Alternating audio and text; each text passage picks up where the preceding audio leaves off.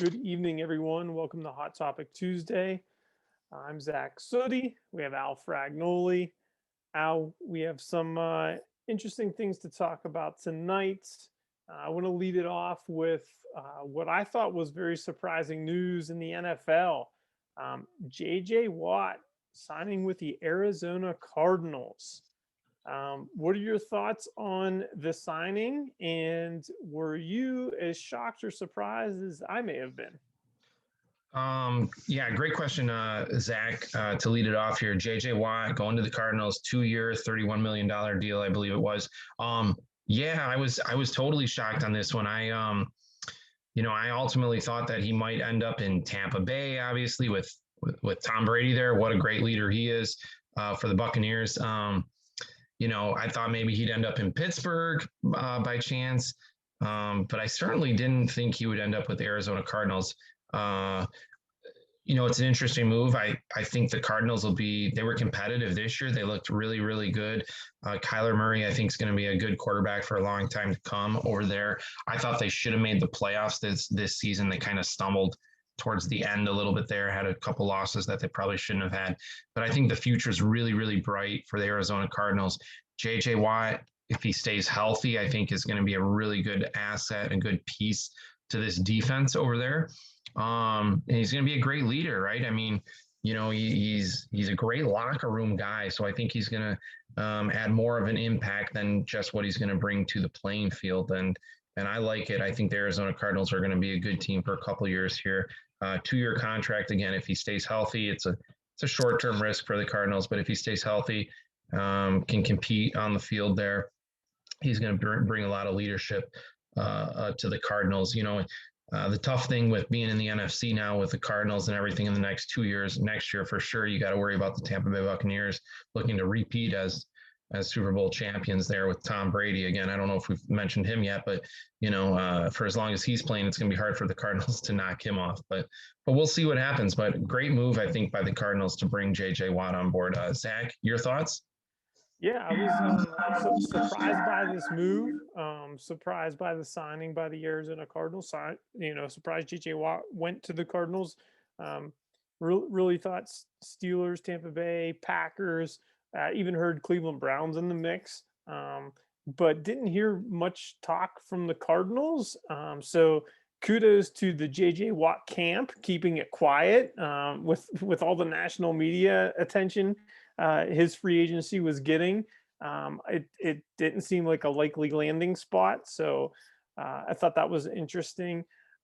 But you look at the decision he made. You got Kyler Murray, young quarterback, talented quarterback. Reunited with DeAndre Hopkins. The defensive coordinator was a former defensive backs coach with the Houston Texans. So some familiarity there with the defensive scheme that they will run in Arizona that JJ ran, early in his career. So I think there were some decisions that kind of make sense now that it's come to light, but never would have thought the Arizona Cardinals would have been the landing spot. But I think you mentioned this. He signed a 2 year deal, fantastic deal for him.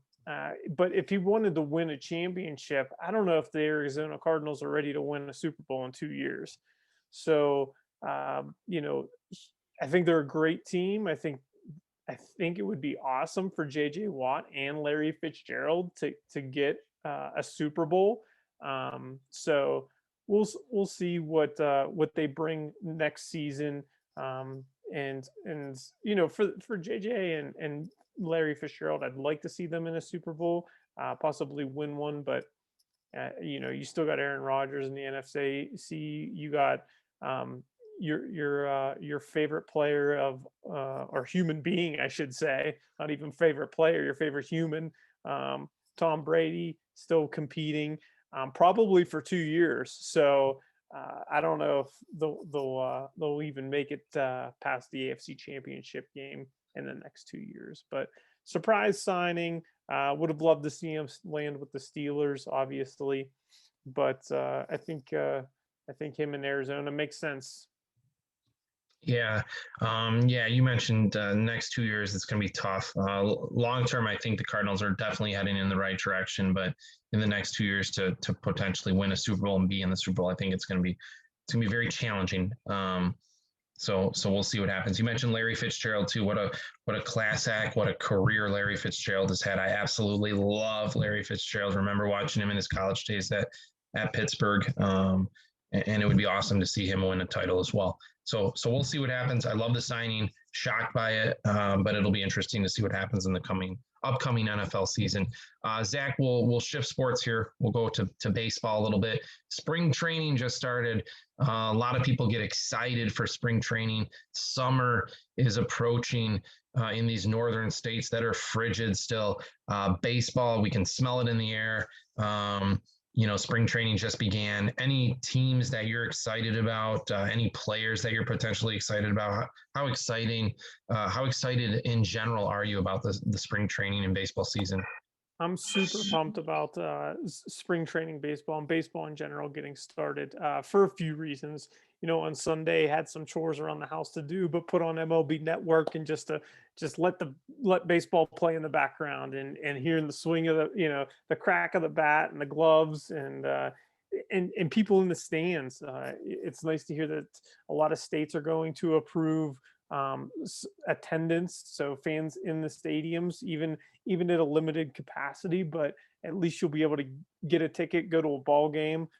So that's huge. I'm super pumped about it. Major League Baseball and we have a lot of friends and people very close to us who work in the industry, and it's so being connected in that way and seeing on social media them posting they're back to work in the stadiums. It's exciting. So I'm happy for them, and I'm happy for to catch a game. Moved out here to Colorado, so excited to catch a Rocky Mountain Vibes game.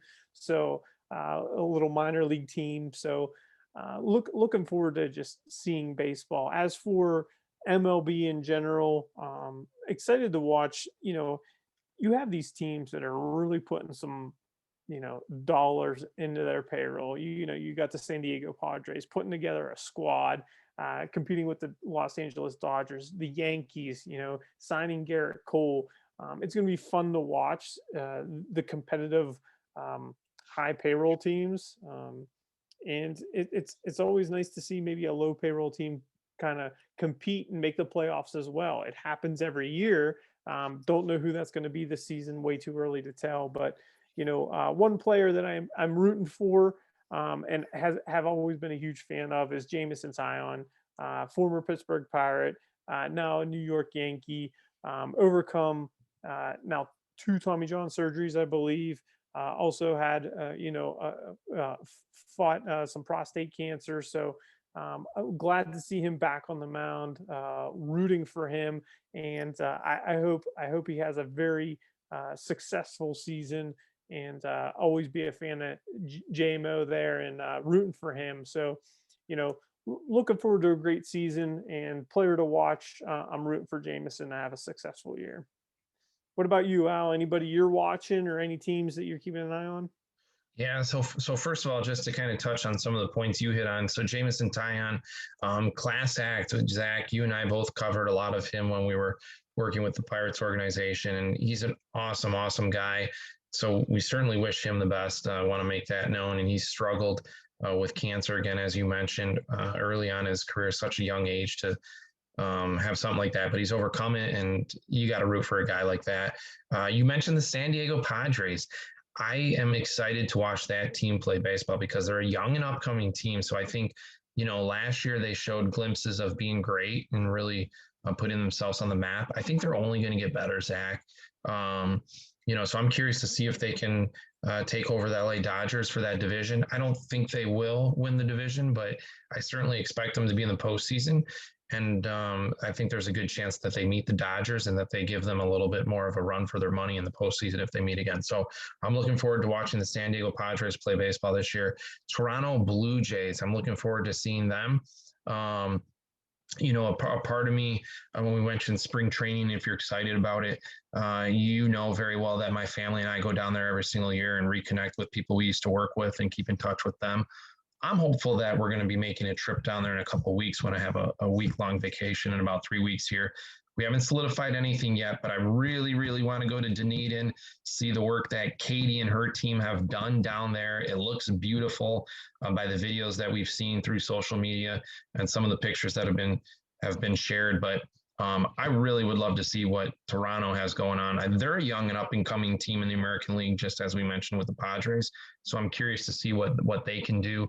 Um, I know obviously my hometown team, the Detroit Tigers, they're probably not going to be anything special this year. They're still in rebuild mode. But when we mention a player we're looking forward to, I'm going to say Miguel Cabrera, I'm looking forward to. I do believe that this year he hits 500 home runs. I believe he's 13 away. And I think there's a really good chance that if he stays healthy, he also gets 3,000 hits and becomes a member of that club. He's about 134, 135 hits, I think, away from 3,000. If he's able to do that this year, Zach, he would be, I believe, the sixth player ever in Major League Baseball history to accomplish that feat and have 500 home runs, 3,000 hits, which is very, very special. So I'm hoping he stays healthy and can get that done. You mentioned fans being in the seats. I'm looking forward to that. It's not obviously going to be a packed house, but with baseball season last year starting late, not having anybody in the stands, being able to hopefully get to a game or two this year would be special, because there's nothing better than the crack of a bat with a base hit. Listening to it on the radio is awesome as well. But really, really want to be able to take my son and my family down to a game and check that out. So I am really, really looking forward to it. So we'll see what happens, but it should be an exciting season to come here. Yeah. Awesome. And I kind of like that we're not going to be selling out stadiums. Sold out stadiums are fantastic for playoffs and things like that. But you want to go catch a game and relax. Just hated being shoulder to shoulder, crowded. I like my space, enjoy the game, kind of hear the sounds a little bit more. That's why I love minor league baseball so much. You can hear those things more than you can in those bigger stadiums with a huge crowd. So I love them, love the huge stadiums with the crowds, but also not so much without, when you don't have the crowds, it's unique as well. So totally different experiences, and love them for different reasons. All right. So last topic, we got, you've mentioned Tom Brady a few times tonight. I think our consistent Tom Brady conversation goes back to when we started this. I don't think you missed a week, but one person that I know you don't like to talk about, not a fan of, Sidney Crosby. But he is one of the most dynamic NHL players ever to play. But he's out with for COVID protocol right now. He's been injury prone. Always, he's had situations. Could be just precaution at this point. But what does it mean for Sidney Crosby, and what does it mean for the NHL to have their one of their star players out for a COVID protocol? Yeah. So first of all, you mentioned Tom Brady and Sidney Crosby in the same sense. I want to make sure that doesn't happen moving forward. It's not Wayne Gretzky and Tom Brady we're talking about. So if we want to put Sidney Crosby in there, maybe we do Dan Marino or John Elway or something. But anyway, Sidney Crosby not playing, I do think it hurts the NHL a little bit.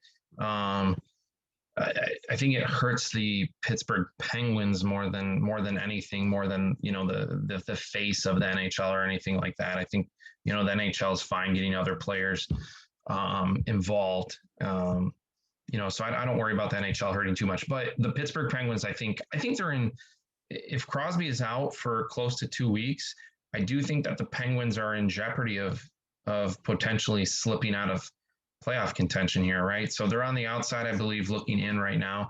4 teams from each division make it. They're sitting at 5th right now. very close in a deadlock race.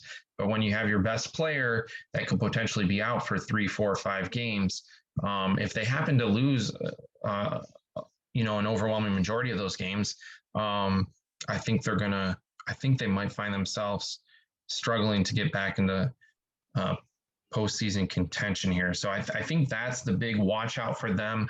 Zach, I don't know the exact streak that they're at right now, but it's probably sitting at 14, 15, 16 years straight that they've been to the postseason.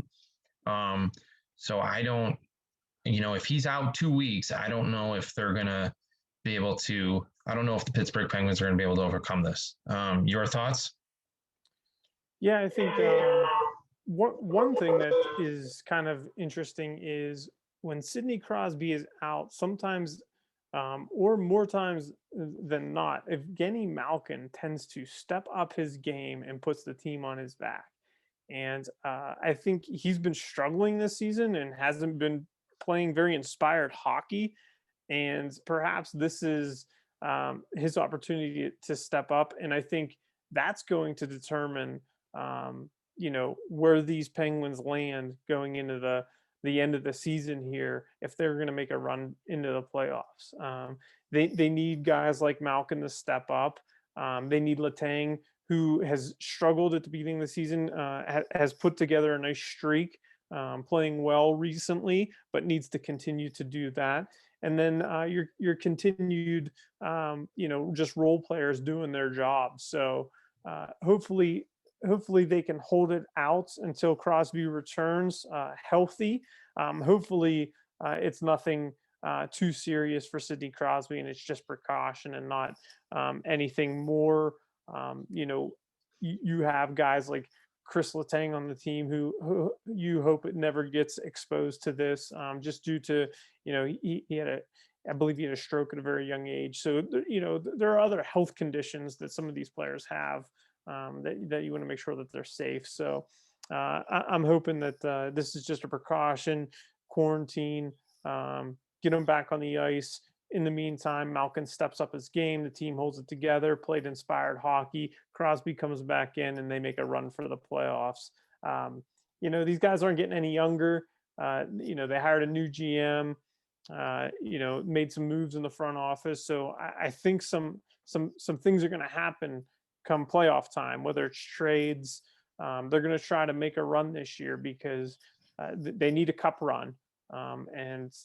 Again, they're not getting any younger. So hopefully, I think we're going to see some moves this year. So it's kind of a wait and see approach, and we'll see what happens. So Zach, you mentioned they need a cup run. I agree with you on this because I do believe that their time is dwindling. I think when I look at the Pittsburgh Penguins, I see a lot of similarities to the Detroit Red Wings. I see a team that was really, really good for them a little over a decade or so, and now I think they're still a really good team, but they're starting to see that peak, and they're kind of over that hump. So they're kind of in limbo as to what they're going to do. Are they going to really try and make a strong push and continue to build, or are they going to try and blow things up and start over again? And I think they're getting down towards the end here of, this year, maybe next year. And then they're going to look to really have to rebuild that team and that organization. You mentioned Chris Letang needing to step up here with Crosby being out and Malkin not performing well this year.